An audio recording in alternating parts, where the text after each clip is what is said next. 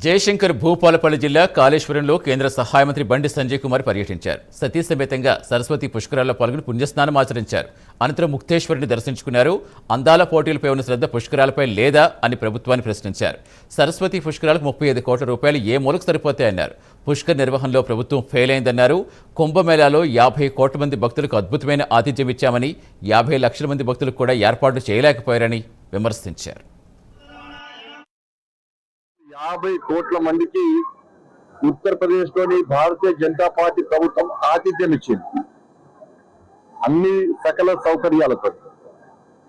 అది మొన్ననే కాళేశ్వరం ప్రాజెక్టు పేరుతోని ఈ ప్రాంతంలో ఒక తప్పుడు సంకేతాలు ఇలా ప్రపంచానికి దేశానికి పోయినాయి. ఈ సందర్భంలోనైనటువంటి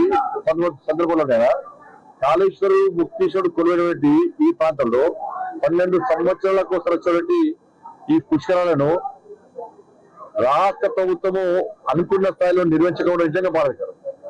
30 కోట్ల రూపాయలు ఏ మూలకు జరపవు. మీరు అధికారులకు 30 కోట్ల రూపాయలు, స్థానిక నాయకులకు 30 కోట్ల రూపాయలు ముఖ్యమంత్రి గారు ఇస్తే ఏ మూలకు సరిపోతాయి?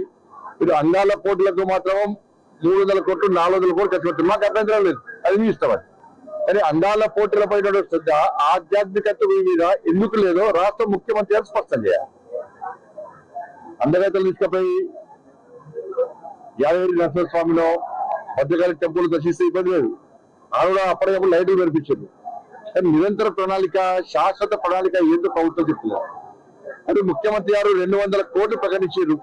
గతంలో కేసీఆర్ గారు కింద 100 కోట్లు 200 కోట్లు ఇది చూడని కానీ రెండు పోతే 100 కోట్లు, కొండ పోతే 100 కోట్లు, ఈడికొస్తే 100 కోట్లు. కాబట్టి ఇక్కడ రాష్ట్ర ముఖ్యమంత్రి గారు గత ప్రభుత్వం చేసినట్టు కాకుండా 200 కోట్ల రూపాయలు మీరు ప్రకటించారు. దాన్ని వెంటనే రిలీజ్ చేయాలి, బడ్జెట్ రిలీజ్ చేయాలి. యుద్ధ ప్రాతిపదికన క్వాలిటీ వర్క్స్ ఈ టెంపుల్ దేవస్థానాన్ని అభివృద్ధి చేసే విధంగా